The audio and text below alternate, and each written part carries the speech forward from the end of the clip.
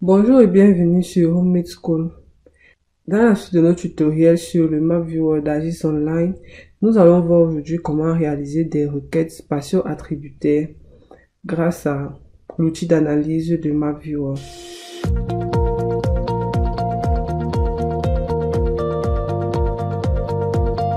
Donc pour commencer, nous allons faire un tour des données que nous avons en entrée. Ici, nous avons là un shapefile du Cameroun, avec des points ici au niveau de la région du Nord, donc nous allons travailler dans la région du Nord. Les points en orange représentent les chefs-lieux d'arrondissement, tandis que les points noirs représentent des carrefours. Donc, nous allons afficher d'autres couches telles que les arrondissements de la région du Nord, telles que les routes également que nous allons utiliser dans cette vidéo. Également, les localités. Alors, cette couche de localité-ci résume en fait les localités sur toute l'étendue du territoire national camerounais et quelques localités des pays frontaliers. Donc, ce que nous allons faire, c'est que nous allons effectuer d'abord une requête spatiale afin de sélectionner uniquement les localités qui se retrouvent dans la région du Nord.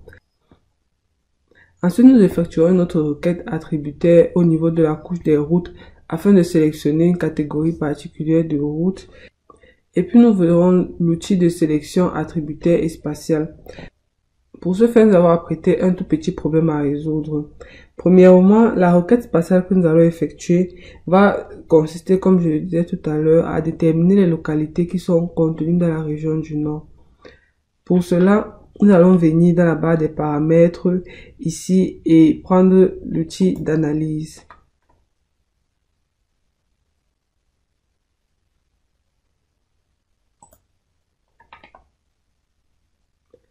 Ensuite, nous venons à rechercher des localisations, puis rechercher selon les attributs et la localisation.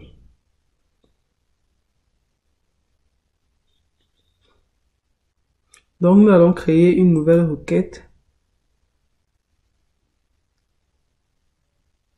qui sera, comme je l'ai dit, à caractère spatial.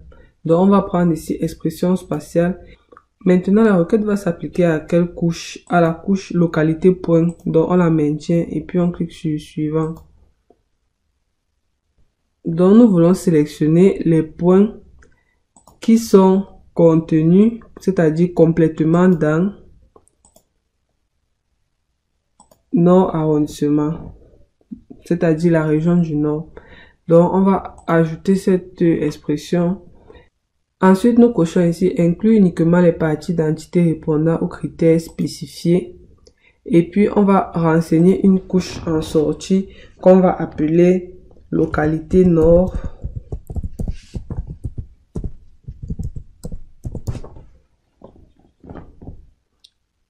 Puis, on clique sur exécuter.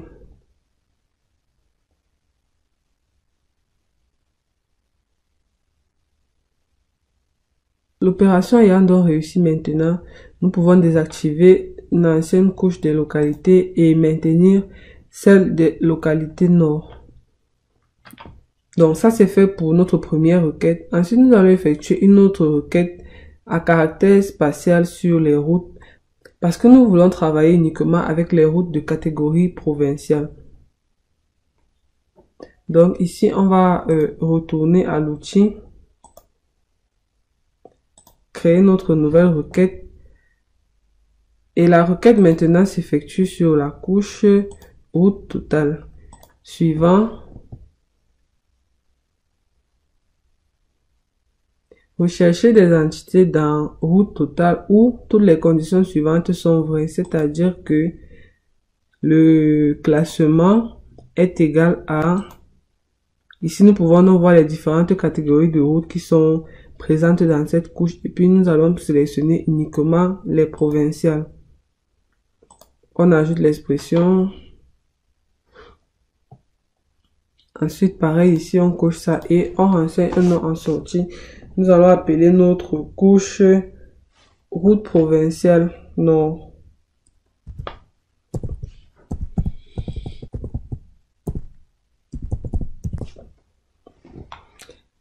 Ensuite, on exécute.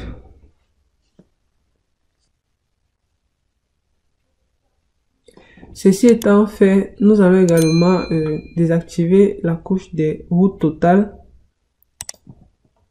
Et nous pouvons voir là nos routes provinciales en bleu, nos localités du nord qui sont également en bleu.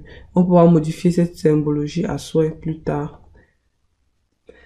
Maintenant, passons à la résolution de notre problème. En fait, nous recherchons des localités rurales qui sont situées à moins d'1 kilomètre d'une route provinciale et dans un rayon de 10 km d'un chef-lieu d'arrondissement.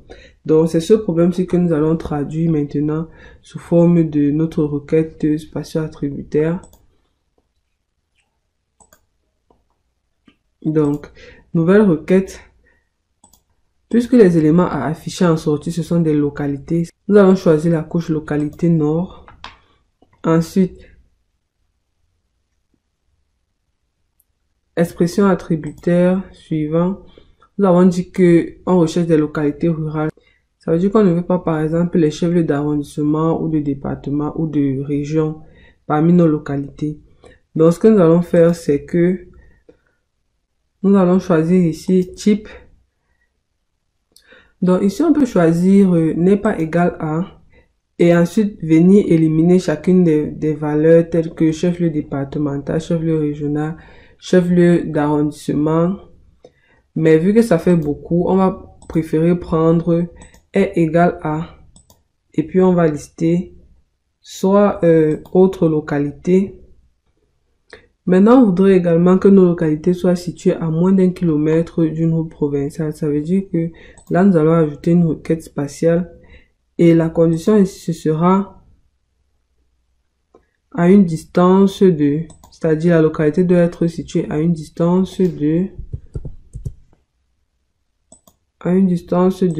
1 kilomètre de nos routes provinciales. La dernière condition, c'est que les localités doivent être situées dans un rayon de 10 km des chefs-lieux d'arrondissement. Donc, nous allons ajouter notre requête spatiale à une distance de, ici nous allons mettre 10 km des chefs-lieux du Nord. Dans cette partie-ci, toutes les conditions suivantes sont vraies. Cela revient à dire que notre résultat en sortie sera une intersection des différents résultats issus de ces expressions. Pourtant, si on prend l'une des conditions suivantes est vraie, ce sera beaucoup plus une union, c'est-à-dire que l'une des conditions peut être vraie, l'autre ne sera pas forcément vraie, et puis l'ensemble va apparaître dans notre résultat. Donc, on maintient toutes les conditions suivantes sont vraies, et puis on ajoute la requête, on coche ici, et puis on va appeler la couche localité sélectionnée. On exécute. Donc, nous avons nos résultats qui s'affichent là. Nous allons désactiver la couche des localités du Nord afin de voir nos résultats. Donc, voilà un peu les routes provinciales qui ont été sélectionnées, les localités qui respectent les conditions que nous avons posées.